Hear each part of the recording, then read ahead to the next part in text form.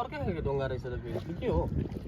यो चाहिँ फेवा ताल दाजु हजुर यो अर्कै खालको ढुङ्गा ताल हजुर प्यारेल बोट उता पनि छ हाम्रो यो हजुरहरू आउनुभयो नि हजुर त्यो काउन्टमा यो चाहिँ कस्तो बोट हुन्छ साइकल ए प्याडलिङ बोट ए त्यो खालको पनि छ है यो खालको चाहिँ कसरी गर्छ त्यो घन्टाको 1500 हुन्छ ए मन्दिर आएको चाहिँ 2080 अनि त्यो भन्दा त यस्तैमा मजा नै हो यो नेचुरल यो यो चाहिँ नेचुरल प्याडल त हामी उतातिर पनि गर्छ छ नि प्याडलिङ त यसमा चाहिँ बोटिङको फिलिङ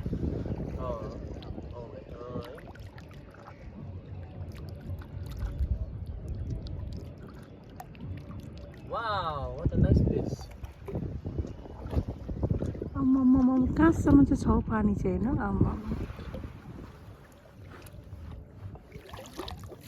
प्याकिङ गर्न त आफै मात्रै जान्छु भने त्यहाँ पनि बस्छ तपाईँले ड्राइभर हुन्छ है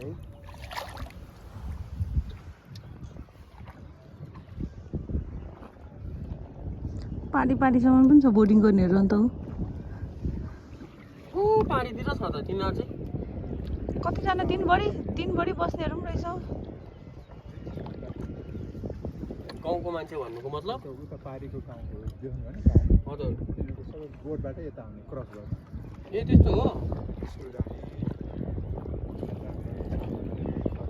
सबै यता आउने ए यहीँबाट चल्छ ए हो उनीहरूको आफ्नो रोड चाहिँ छैन त्यो ठाउँमा गएको छ गएको छैन अन्त घरहरू सानो गोरेटो त छ तर त्यो रोडमा उनीहरूलाई धेरै समय लाग्छ अन्त त्यो सिमेन्टको घरहरू बनाएको छ त्यो चाहिँ सबै बोटबाटै बोटबाटै लगेको हो कम्ती गर्दै होला आफ्नो ठुल्ठुलो होला यो एउटा बोटमा नि कति सय किलो जान्छ यसमा सामान हाल्नु पऱ्यो भने यसमा चाहिँ जान्छ हजुर 300-400 किलोसम्म है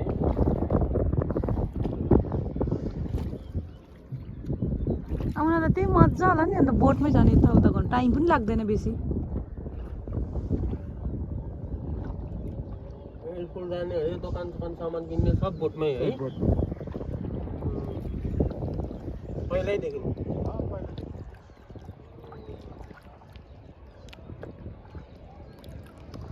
कस्तो टाइपको घरहरू छ त्यहाँ हेर्नु त यो माथि हेर्नु त उहिलेको घरहरू होला है दाजु त्यो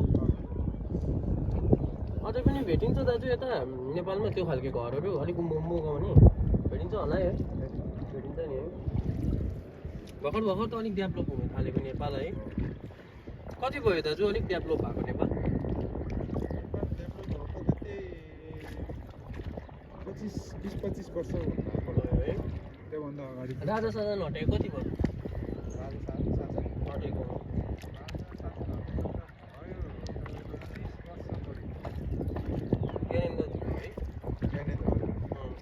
वीरेन्द्रपछि ज्ञानेन्द्र थियो त्यो ज्ञानेन्द्र हटेको 20-25 वर्ष भयो है अहिले त पुरा माओवादीहरू भन्थ्यो नि है नर्सरी थियो यता आउनु त्यो बेला त